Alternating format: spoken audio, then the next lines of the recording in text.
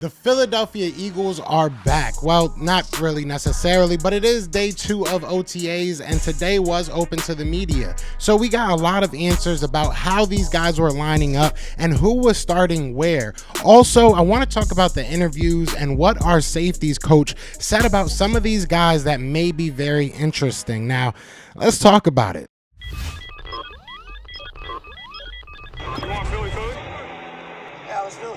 What's going on, you guys? It's your boy Joe Castro, aka Philly Fresco, and it is Philly the podcast. So today I want to talk about the OTAs, and I also want to talk about the interviews that our coaches gave and some of our players gave, and what it's kind of telling me about this team going into the 2023 season. Now, before we get into that, be sure to hit that like, hit that subscribe, join the family. We are on the road to 10K, and we would love for you guys to join that ride. So let's hop right into it, man. I want to talk about DeAndre Swift first, because DeAndre Swift looked like he looked like a beast. I'm not gonna lie. The man looks strong. The man looks fast. The man looks ready. And a lot of fans are wondering what's going to happen at that running back situation. A lot of people that were there were talking about DeAndre Swift and how he was looking at running routes, how he was, looking in just drills, and he was looking like a guy on a mission. So DeAndre Swift might be our running back one. That is something I don't think a lot of Eagles fans are necessarily surprised about, but I still think that it's going to be open and it's going to be interesting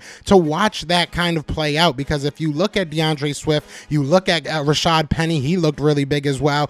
You look at Kenneth Gainwell, which I didn't see many pictures of him. I'm not sure if he was out there. You look at Boston Scott. These are guys that are all going to fight for that position, and there's obviously some other guys that are definitely going to make a name in that fight, but I'm excited to see what happens. DeAndre Swift looked really, really good, and I want to say this because the first pass in 7 versus 7, and this was vindication for me. You guys know me. You guys know how much I support this guy. So Quez Watkins got the first catch in 7 versus 7 from Jalen Hurts. Jalen Hurts himself had a pretty darn good day, and a lot of people were saying that Quez Watkins himself had a pretty darn good day, but Jalen Hurts himself went 7 for 11, no touchdowns, no interceptions. This is in the 7 versus 7 grade period. And from Elliott Shore-Parks, he said that it was a decent day, a few nice throws, one miss down the sideline, which was to Quez Watkins. It was on Jalen Hurts, though. It was not on Quez. So it's exciting to see that these guys are maybe already a little bit locked in with each other. I think Quez Watkins has some things to prove this offseason, or this season in general, I should say. And I know a lot of eyes are going to be on him. Olamide Zaccheaus, I think it's Olamide Zaccheaus. He looked good as well. He played very well. He looked fast. There wasn't much to really go off of. He was running some routes. He looked decent. There was a lot of, buzz around him how day 1 went, but it looks like he had a solid day 2, and he looked strong. He looked bigger. He looked like just a man that wants to prove some people wrong, so I'm excited to see what he can do this year. Now, safety is a point of contention, a point of a lot of Eagles fans don't know what we're going to do at the safety spot. And I don't know if the Eagles 100% know what they're going to do at the safety spot, but this practice, at least, Reed Blankenship was starting alongside Terrell Edmunds. Now, this is kind of going to leak into the interviews, because they did interview DK McDonald, the safeties secondaries coach for the Eagles. And the way he was speaking about Reed Blankenship, it almost sounds like Reed Blankenship is a foregone conclusion at that starting safety spot, or at least one of them.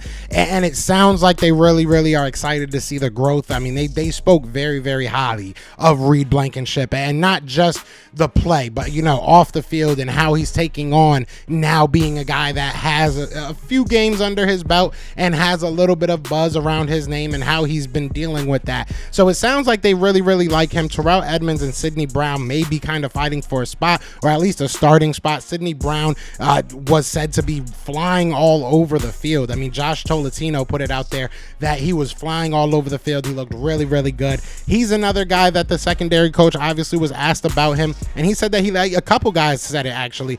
Terrell Edmunds was also asked about Sidney Brown, and they both said he loves the game. He's a guy that loves the game. He's going to ask questions. He's going to study, and you add that to the talent that he has, and it might bode very well for his career. So, even Reed Blankenship was talking about Sidney Brown. So it seems like they really, really like this young man, and it's going to be interesting to see where he falls in. But like I said, today the starters were Edmunds and Reed Blankenship. I think that says a lot for Reed Blankenship. I don't know if it was, I think it's just kind of, we're testing some things on the other side. Now, multiple people were talking about Nolan Smith keeping on the defense. Look, Nolan Smith on paper, I know a lot of people look at it and call him undersized. That was kind of the knock coming into the draft and coming into the NFL, was that he was maybe a little bit of an undersized guy. Everybody's saying, there was multiple tweets of people saying that he looked huge, that he looked, he looked way bigger on the field than he did on paper, that, the guy was just out there and he looked imposing. I think that's the best way of putting it. So it's interesting to see. Nolan Smith is just another guy that, people were talking about him. I heard that he was taking first, second, and third team snaps. He was out there taking advantage of every single rep, and he's becoming a fan favorite. He really is. I really do believe that when all is said and done, by the end of this year, Nolan Smith might be one of those guys that, hey, he's like the face of this defense just because of his attitude, right? Maybe not the most talented. Like, do we have another coming of Brandon Graham and Fletcher Cox, where you got a Jalen Carter that's kind of a little bit more serious, then you got the Nolan Smith that can kind of just play around and have fun on the edge? So it's going to be interesting to see how he plays out and what happens with him. But all green flags as of late, all thumbs up, all gold stars, whatever, analogy you want to use. But he's looked really, really good. Now, there was an interception on the day. Now, obviously, it wasn't from Jalen Hurts. It was from our second team quarterback, Marcus Mariota. It was to Christian Ellis. It was said to be a very good play. Now, Christian Ellis is a linebacker. Brandon Lee Godwin actually went as far as saying that he thinks he's a dark horse to go ahead and get some snaps at that linebacking position this year. Very interesting to see how that linebacking position will play out this year. Now, moving on to kind of the starter that I think we all know is going to be the starter at least, and that's Nakobe Dean. Huge news for Nakobe Dean. Nakobe Dean is given the green dot for that defense, at least for this practice. We'll see what happens moving forward, if that's an all-season thing. But it shows trust already. I think the side and the staff is already showing trust in the second-year player, Nakobe Dean, and we all know that he needs to step it up this year. This is going to be the year. I'm not saying that he was trash last year or, he can never play, but he's going to have to go in there and prove us right? We all have high hopes for Nakobe Dean, so I think he's going to have to go in there and prove us right, and I'm excited to see what he can do out there. I think he's going to play very, very well. You look at who was out there with him. Nicholas Morrow was out there with him. They spoke to him a little bit. He sounded like he was, kind of getting in the swing of things. They didn't really want to talk about scheme. They didn't really want to talk about anything as far as how the plays was going to look, anything like that, what they were going to kind of be asked to do. But he did say that Nakobe Dean was out there just very, very communicative, which is what you want to hear, obviously, from the guy with the green dot. So shout out to Nakobe Dean. I think this is going to be huge for him. And like I said, it's a big step. It's a big step for Nakobe, and I'm excited to see how he handles everything. We'll get to Sidney Brown. We did say Sidney Brown was all around. I got to that. Reed Blankenship did talk a little bit. And, look, a lot of these guys kept on mirroring or echoing, I guess you could say, what Sean Desai said in his first interview, and that was that he wants to be a violent defense and he wants us to feel him. He wants us to feel him. I want to know, and when we see it, we'll know exactly what that means. It sounds like they want to be a physical defense. They want to be an imposing defense. Again, he did bring up in his first interview, Sean Desai, that he wanted to kind of mirror those defenses of old for the Philadelphia Eagles. So I feel like that sounds great. That's what I want to hear. He was also asked about some of the guys that departed. He did talk about Chauncey Gardner-Johnson a little bit, not really too, vehemently. I don't know. So he did talk about Marcus Epps, though, and he did say that was a huge loss for him because he did look at him like a brother, that Marcus Epps just kind of helped him and showed him the ropes as a professional. So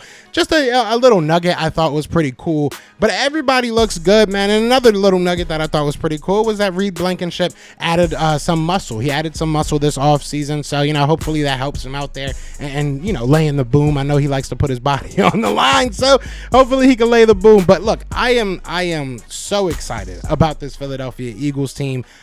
I am so excited about what this team is going to become, what it already is looking like. Obviously it's very, very early, but everybody's looking good. A couple guys that weren't there, right? Devontae Smith wasn't there. I don't believe Lane Johnson was there. A couple other guys, I'll throw up the tweet if I have it. But there was a couple guys, but this is all voluntary. So to see that many people there and going all out like they are, it's great to see for this organization. So you guys let me know what I missed. There was so much to talk about with this, a first open OTA, right? There's so much to talk about. Tonight, I will be live with James at 7. We're going to go over our top 10 edge rushers. But other than that, y'all know what it is, man. If y'all enjoyed this, please hit that like, hit that subscribe.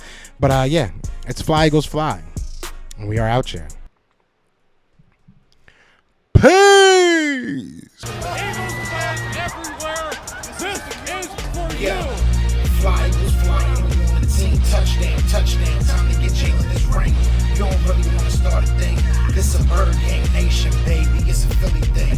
Hater, and you looking like you type trash. I'm just here calling with Philly the podcast.